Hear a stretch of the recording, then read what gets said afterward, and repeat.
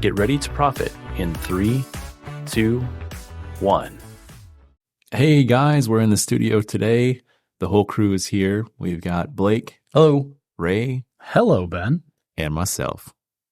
And today we got a fun topic that we decided to slot in a little bit last minute, but something that we've all seen for years. And we're going to talk about the top digital marketers from a people and talent perspective. What are the traits that top digital marketers possess? And we think this will be helpful for you, whether you're a brand or your agency side. If you're looking to grow or develop your team, you should get some value from this episode. So guys, I'm going to kick things off with a question like we often do. And I'm going to ask your opinion here. What is the number one most important trait for a digital marketer to possess? Blake John. Great question. I think there's two ways to go about this. First and foremost, I think a great marketer is really dedicated to their job, their craft, and they want to learn. And specifically, they are dedicated to uncovering and pushing further and never taking that first answer or piece of data and always going a little bit further and digging and always trying to find more. And that willingness to learn, the willingness to grow, is ultimately, I think, one trait that makes a marketer a great marketer, because obviously in our industry and in niche kind of things are evolving so fast and changing all the time. So a willingness to kind of stay up to date, dedicated to your craft, and always pushing forward and trying to learn more. One of the top traits, in my opinion. That's interesting. It sounds almost like multifaceted. I almost want to say that was like 3 traits, but we'll go with it. Ray, what's yours? Blake, first of all, great answer. My favorite one is honesty or integrity, just because we deal with so many numbers and people and situations that you have to put yourself in, as part of somebody's team, where you may not always have the best news to deliver to someone, and being able to be honest and transparent with the information that you're sharing, either internally or externally, is just so important. So being able to have somebody who has integrity is just very important. You want to avoid black hat tactics and SEO Ponzi schemes for sure. I've fallen for a couple of those. I know. Yeah, well, maybe that's a future episode. Wow, for me, it is so multifaceted. I almost want to say, what's that killer instinct? I think it is like almost curiosity. I think it's something like what you were describing, Blake. It's like that hunger for growth and development and learning. Maybe it's learning, right? It's like that dedication and understanding that it's like that drive for mastery. I think that's how I would best describe it. Never sort of being satisfied and always being open-minded to new ways of approaching your craft, new perspectives. Now I'm rambling, and that could also be like 3 different traits. So maybe I'll go with curiosity. Ray, you've got the integrity, and Blake, you've got willingness to learn. Sure. Super interesting. So some common threads in there. Yeah. Wow. Well, let's break it down. I mean, let's talk about some of the different ways you could evaluate or traits you might want to maximize for, if you are growing, managing, leading a team of marketers, digital marketers. Well, and big picture, maybe that's something to note, or something I think about a lot is I think about the idea of being a marketer first and foremost before you get into digital marketing, before you get into SEO, before you get into PPC. The idea of like, do you understand connecting people and products at a fundamental level? Can you bring a product to market? Having that sensibility is kind of like what underlies this whole domain, this whole discipline. But where should we begin? Should we talk about values and the importance of values fit in marketers? What do you guys think? Let's do it. Yeah, I think that's a good place to start. Yeah. So maybe we can approach this from the lens of you're a marketing leader in-house, and you are now recruiting for a new digital marketing role, whether that is a specialist or a generalist coordinator or digital manager or something like that. Right. So first and foremost, is this person, do they demonstrate an alignment with your organization's values, whatever they may be? Is this, like, where does this fit? I don't know, Ray, what are your thoughts on this? Yeah, I mean, I would say depending on whether you're a brand or if you're looking to get into the space, finding somebody who shares values similar to yourself or your brand are extremely important. So getting those aligned is something crucial to do in that conversation. So I would definitely start there. Blake, what do you think? Yeah, I think you have to take a step back and just understand first and foremost, ask yourself what really is important to me, and like what kind of relationships do work with me and work with my brand or my company, and what do we need to continue to kind of build on to grow our brand, to grow our marketing department, to push the needle further, and ultimately like choosing, if you haven't already, if you haven't identified your core values and what those are, going through that process can be really powerful. And then you can begin to hire or look for freelancers based on that and start to kind of build like a community of sorts, really, around a few, like 4 or 5 core values that the heartbeat of your entire operation. Should we specifically name drop EOS here and talk about that? Because the idea of having established core values at the organization level, because we're kind of talking about this conceptually, but it's like, how do we make this real for people, especially if it's a hiring manager or someone that's trying to recruit and evaluate different candidates for a digital marketing role? I mean, this is true for any role, right? And like, what does that value alignment look like? I think in order to do this well, you need to have your core values defined.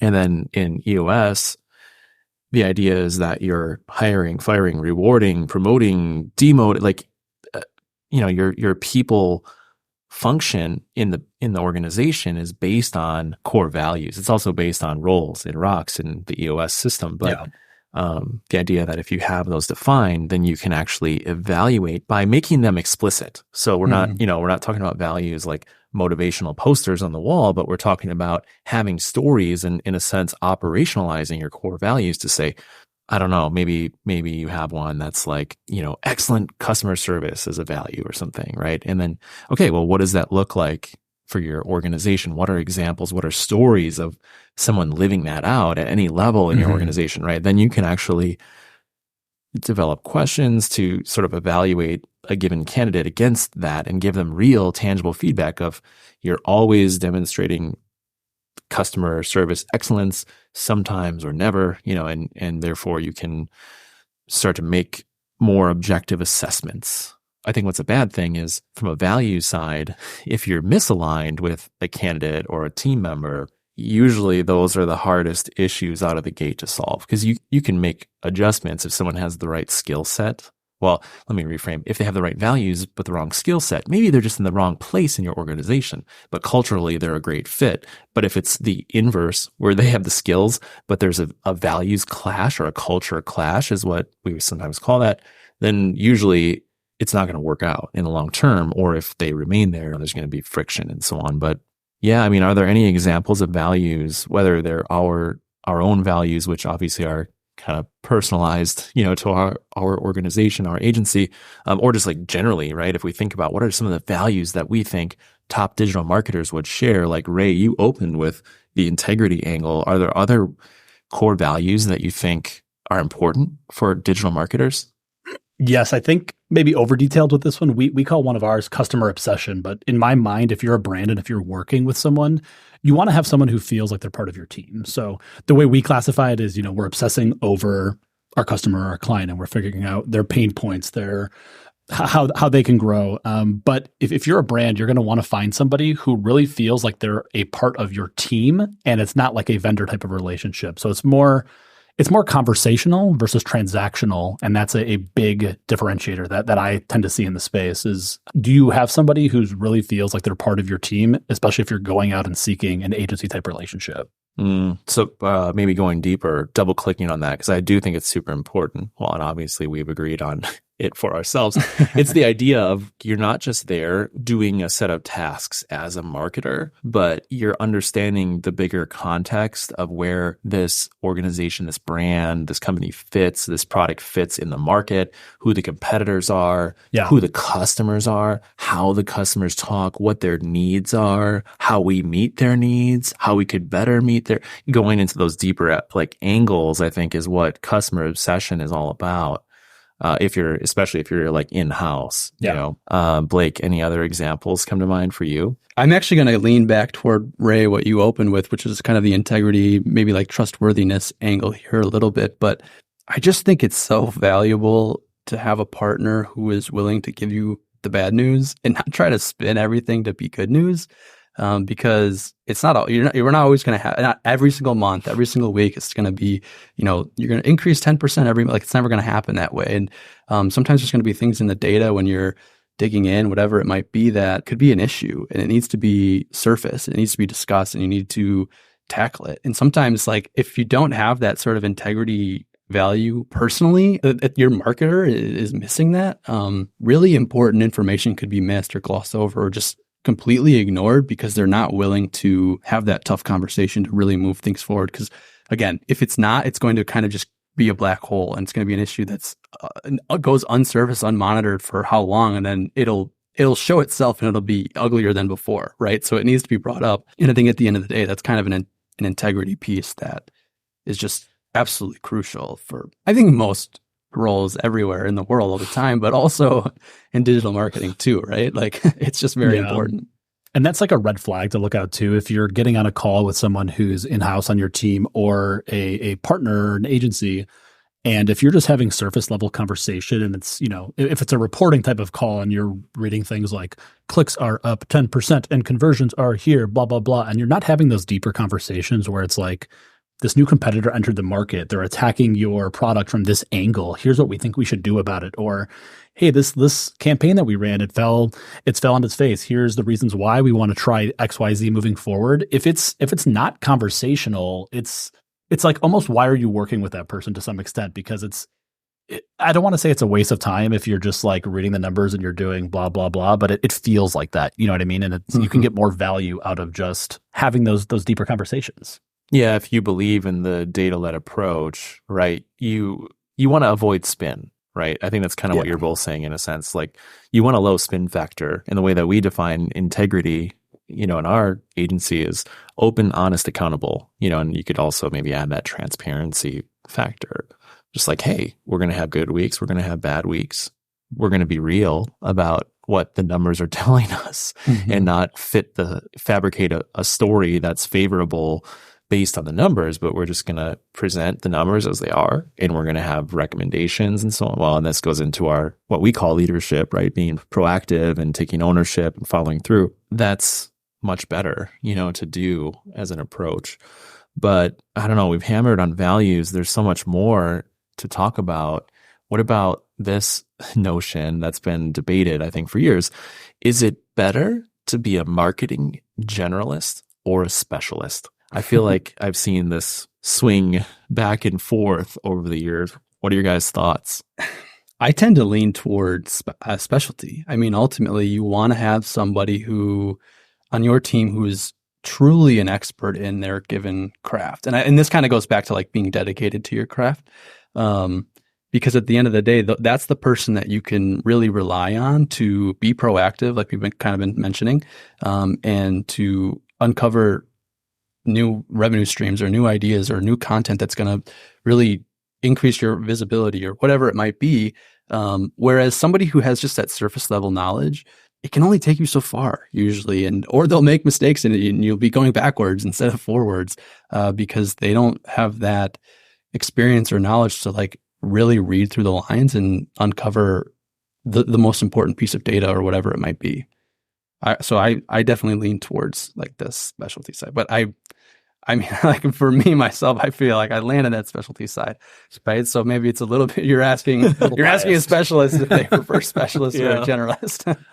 I agree with what Blake's saying, but we were joking about this before, but in my mind, it is both in some capacity because you have to, yes, you need to be an expert. Blake is an expert in SEO. I'm an expert in PPC, but we know enough to be dangerous, as folks like to say, but like we know enough in each other's discipline where if we see something, we can call it out and then determine next steps. So it's almost like you don't have like a blind eye towards your specialty only, or you're hammered in on your area of focus. It's, if you see something in the data or in the strategy that you may have seen somewhere else before outside of your discipline, you're able to then call that out. So definitely being a specialist is the way to go. But being open to learning, which is kind of goes back to the values that we were talking about earlier, being curious, willing to learn, understanding other disciplines is very important because then you're able to call out different patterns that you see. And you might not be able to solve that problem, but hey, if I find an SEO problem, I'm going to Blake, but I'm not just saying, Blake, go fix this issue for me. Blake, I think we have a gap in XYZ content. Can you check this out based on this keyword? So like it's just different conversations that you're having that's getting you one step closer to a potential resolution. Yeah, that's interesting. I'll kind of comment on what you guys have said before I share my own thoughts. The value of specialization rises in disciplines as they mature, if that makes sense. So like the longer, okay, SEO happens or paid or, now, TikTok advertising, like as any channel matures, the difficulty score goes up. The competition levels heat up. And so if you're a generalist, you don't have enough specialized knowledge to break through the plateau of achieving results in that area. That's kind of how I think of it. The height of that line goes up as it matures, like I said, I guess. So certainly, but I think for me, the counter argument is like you need enough of that marketing mindset, like that general marketing mindset. And you also need enough generalist knowledge across disciplines, things like principles, mental models, or the fundamentals, the 80-20 of SEO, email, social, paid, analytics, whatever, right? Like you said, Ray, recognize patterns, problems, opportunities when they arise. Or if you are maybe the person that we're speaking to more on this podcast, if you're, a marketing head or something like that, head of growth, you need to know enough to know where to place your bets in a sense. And on a different episode, we'll talk about metrics and stuff to evaluate success in your marketing. But, if resources are finite, dollars, time, energy, whatever, it's like, well, should I do email or should I do TikTok posts? I don't know. I mean, should I do Google ads or should I do more SEO content development? You need to know enough broadly to make a well-informed decision there, I think, or enlist the help of others that can help you do that. So that's it. That's what's up. And then I'll surface this idea of the T-shaped marketer. That is not my idea. It's a borrowed idea. I think possibly Rand Fishkin. I'm probably misattributing this, maybe not Rand. But like years ago, some smart folks in the industry came out with this idea, this very concept, right? Like you need to have a base foundation across disciplines, but then it's good to have one, maybe two really deep pillars so that you can be not only a good operator, like if your role is like to just crank out X work, SEO all day, great. But also whether you're at a like in-house somewhere, like you need to be a good collaborator. You need to be able to communicate to your other team, the other specialists, your boss's boss. You need to communicate to customers. You need to communicate to vendors that are servicing a specialty that is adjacent to the one that you're deep in. And that's why I think T-shaped is valuable there, as it is, like Ray, I think some of your perspective is informed by, the agency experience. And then, right, like cross-department collaboration or spotting of opportunities that might have otherwise gone unnoticed if you were blinders on only in your discipline. So like super valuable there. I think too, it'll depend a little bit on your marketing budget. Like if you're small and you have limited resources, you might need somebody who is a generalist because they can help you, manage your email campaigns and do your paid search campaigns. Like they can do both. Or maybe they can also do a little bit of web dev. Like that could be really valuable to you because now it's only one person on the payroll or it's one team or whatever it might be. Whereas like budget isn't really a concern. And this is why I think specialists are probably the way to go, because ultimately at the highest level, like you're saying, where it gets more competitive, it's just more cutthroat. That's when you want the specialist, right? Because they're the ones who are going to be able to really drive business at the end of the day. Depending on your maturation, just as like a company or an agency or whatever it is, I think that'll help inform like what kind of talent you want to go after and what you can sort of budget for. Yeah, that's an excellent point, man. And I always think about Right. It's like that maturity idea. So maybe you're a smaller org and you need like a hacker that can wear all hats and just be your like broad base marketing generalist. But then if you look at the top end of the market where like what companies in the world are doing the most digital marketing, and then that's when if you look at their org charts and stuff, like, oh, they have like 8 people on a global technical SEO team doing X, Y, Z, you know, like super special, even within disciplines. Like now within SEO, oh, we have SEO copywriters, people doing just on page, people just doing like product listing optimization, people just doing tech, you know, and even deeper. Oh, now these people focus on international technical SEO, or these people only deal with like this category of pages on our site, or, you know, Ray, like we have 8 vendors and this agency does our TikTok ads and our this, and they do our Pinterest and they do our paid search. And, you know, that idea that as resources grow and, you know, you're doing more volume and you're competing at a higher level in more channels, like the level of specialization and intensity just tends to increase. So yeah, it's interesting. What if you kind of like flip this, and now instead of talking to the marketing leader trying to grow the team, we're talking to the person who's just getting into the field, and they're like, what should I do? They're like, Blake, should I do SEO or should I do paid or email or what, you know? Paid. I love all of my children. You know, yeah, what kind of advice? I mean, for me, right, I'm thinking like, you need to taste all these different disciplines before you can even make an informed decision on which one to go deep in if you're buying in on this T-shaped marketer. Yep. I don't know. Blake almost hit it on the head earlier when he was going after based on the, you know, maturation of that company. For me personally, I did start off as that generalist where I was doing a little bit of everything. I was doing social media marketing. I was doing some web dev stuff. And guess what? There was some paid in there too. And that's when I really kind of got lost in the sauce type of thing. And when I kind of learned that discipline, I would say I was maybe doing like some on-page SEO, but I don't even want to talk about it because it definitely wasn't. It was pointless, I would say, the stuff I was doing there. But if you are just entering the space, being in a generalist role allows you to taste like a little bit of everything. And if the role permits, it allows you to then go deeper on one area that either calls out to you, you have an affinity towards. There's so many different ways you can approach that. To add to it, I want to go back to the T shape and almost say like, it's kind of like an upside down T is the way I'm envisioning it. Because you have like your base of just general knowledge, and then you kind of your specialty goes toward the top. So what I'm thinking, like, okay, well, maybe it's a U shape or something, right? Like let's add another like it's in the middle. It's like a U, the U-shaped marketer. The U-shaped marketer, yeah. We can claim that one now, right? But if you're just starting off, it's difficult to say, oh, pick a specialty and run with it. Like, this is who you are. This is the rest of your career. Good luck. I do think there's value in learning multiple skills, but I think ultimately, like, identify what you enjoy, like what kind of makes you want to get out of bed in the morning, essentially. And then figure that out. Once you have that, and once you like, I think it makes sense to lean into it, but also try to stack another skill, another discipline in addition to that. Yeah. Like on the SEO side, which is, my specialty, I would say, learn HTML. So you can do a little bit in CSS. You can do a little bit of front end web design, like just a little bit. You don't have to be an expert, but you can kind of stack that, or CRO or something along those lines where, okay, now they're so closely related. And I think, if you want to become a true like specialist in SEO, you kind of have to learn HTML and CSS at least a little bit, but you can kind of take that and say, okay, you can stack these skills. You can become the U-shaped marketer.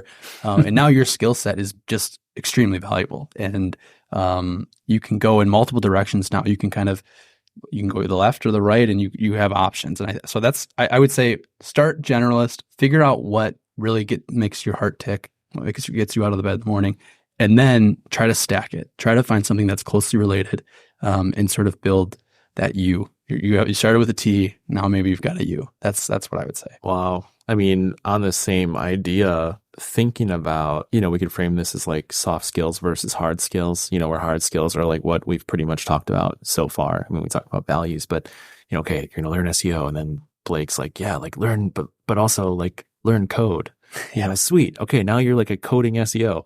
But like soft skills are going to help you no matter what, even if you like are the flat line marketer and you quit marketing in 5 years or something. Like, I'm thinking about that. What are the soft or the meta skills that are it's like a value added, So like, what are some of those soft skills, guys, that you would look for, a marketer to have? I feel like these are the things on every single job description that like of all that's ever been written. There's like that 5 or 6 that bullet point of or that list of 5 or 6 bullet points. Excel wizard. Yeah. Right. Microsoft Office. I think, but MS Office 03. No, just kidding. All right. I like communication skills are just extremely important. I like everyone would agree with that, but and we could dig into that. Just being able to convey your ideas to stakeholders, as an example, it's like an extremely valuable skill set for a digital marketer to really own. Being able to send a well-written email that gets your point across, and, from an email perspective, which it's really an art. It can be an art, but like making sure, especially something like a stakeholder is really busy. Hey, here's what's going on. Here's what I need from you. Like, don't miss this part. And like, just like being able to format that email to make sure you get what you need and while also conveying important information. The one other thing that I wanted to mention though, that I don't necessarily think would be on every job description, but probably not, is just being proactive and taking initiative for yourself.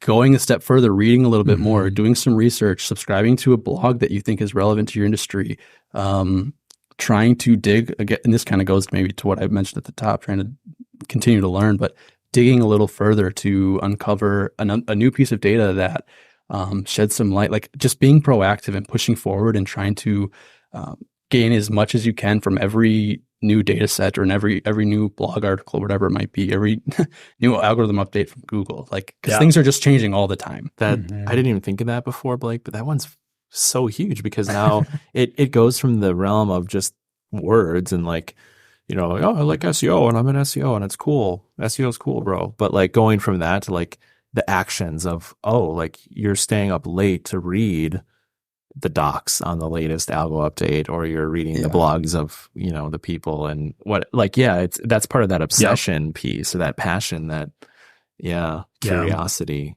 I feel like we can do like a whole episode on communication by itself because everything that Blake said is right on. But like for me, the biggest thing I tend to think about is how do you take these big, hairy marketing concepts and put them in bite-sized chunks depending on the audience that you're speaking to. So if you are speaking to a decision maker or a stakeholder that has, 100 things on their plate and they need to hear like, here's what happened, here's why it's important, and here's the next steps, and being able to like bite-sized chunk that as quick as you can and as impactful as you can, that's important. Being able to speak to a specialist like Blake and being able to get into the weeds and perhaps like problem solve, like that's also important. So it's truly knowing your audience from a communication standpoint and how to deliver some of these big, hairy concepts in the way that they need to be delivered is so important. Mind equals blown. Well, because I'm thinking, right, what we're basically saying is we're saying like communication, and it's like verbal communication. Can you do that? And I always think, can you do that one-to-one? Can you do that one-to-many? Written communication, same thing, can you email? Can you write a report? Do you know how to not bury the lead? Do you know how to format properly? Like all those things. AI communication recently, like that's a big one. Like how do you communicate to the AI? Like how do you write prompts? Like that's a huge one, like moving forward. Well, that goes into like the foundational, because it's like the technical stuff all like sort of sits at the top of the pyramid. But if you build a base of strong communication skills and meta skills, if you're good at learning new things, so like learning how to learning how to communicate, written, verbal, learning how to think, I believe is one. Because Ray, this is your point. Can you think conceptually? Can you think in terms of detail? And can you express ideas at both levels of thinking? It's like, can you do that? But then there's almost like a middle, like Blake, you hinted at the code thing. So now because you could stack code with any technical, it's like now you're an email coder. Now you're, and AI is going to be in that bucket too.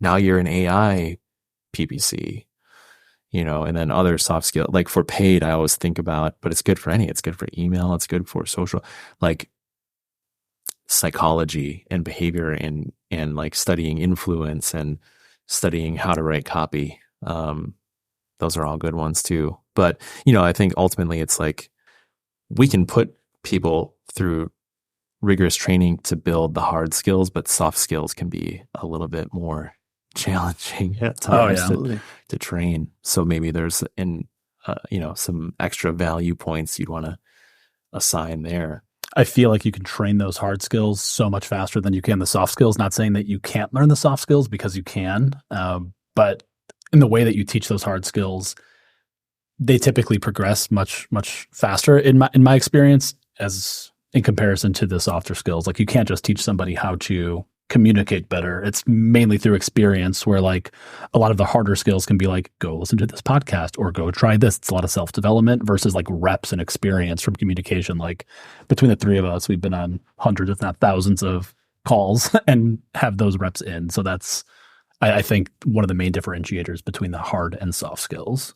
Yeah. So I guess to kind of bring it all home, I want each of us think about our experience in recruiting, hiring, promoting, firing, coaching, collaborating, whatever, right, with the people that we've met and worked with over our careers. I think we'd all agree there are certain marketers that stand out in your minds. And I bet we'd probably all have names that we'd say, and most of them would overlap from the experiences that we've shared. What gives a marketer that killer instinct? This will be kind of our wrap-up question. What does that killer instinct consist of?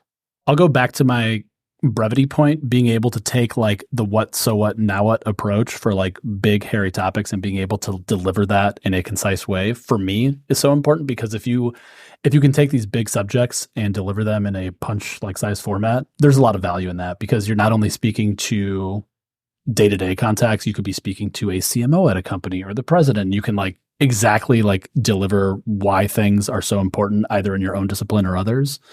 And that really takes things to the next level in my experience. So being able to communicate with everybody, but being able to communicate in bite-sized chunks, in my experience, is key. So integrity, communicating bite-sized chunks, that's Ray's X factor. Blake? It's tough for me to one-up that. I feel like in your face, Blake. Yeah, right. What, so what, now what? I feel like that's kind of where my head was leaning, to be honest. I just never really settling for surface level data. I think, at least in SEO, like that's really how you level up as an SEO professional, is you always want to dig a little bit deeper. You can see the data and it can be there. It's like, okay, well, why is this happening?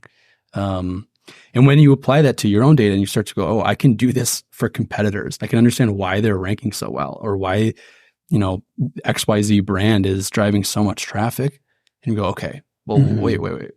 Let's really drill this down. Let's flip over all these rocks, uncover a bunch of insights, and sort of re-engineer this for ourselves and start to win in places where they're winning. That's the killer instinct. It's like, and it's so abstract, but it's like, okay, well, I learned this principle that what, so what, now what. Now, okay, where else can I apply that? And how can I continue to level up and to continue to grow? I feel like the killer instinct is maybe the softest hard skill, if that makes sense. Cause it's like, it's sort of buried deep beneath everything else. But like when you start to realize how all the dots connect and how you can sort of leverage each piece to really grow your campaign or whatever it might be. That's when the killer instinct starts to show, and you can drive traffic and drive business and really grow. Wow. Yeah. For me, I think I open with that curiosity. I think my killer instinct would be relentless. Yeah. As well. Just that drive, that hunger, that thirst for knowledge. If you combine the curiosity and the passion for your skill set with the relentless mindset of, I'm going to find a way to use this, I'm going to apply it, I'm going to make connections, I'm going to go deeper, I'm going to find what I don't know, and knowing there's a lot more you don't know than you do know. I think that's right. Regardless of where someone is in their career development and their skills development, if they have that trait, they're going to have a pretty good acceleration up the U-shaped marketer, T-shaped marketer path. So that's probably a good place to wrap it up. We covered a lot of ground, guys. Absolutely. Yeah.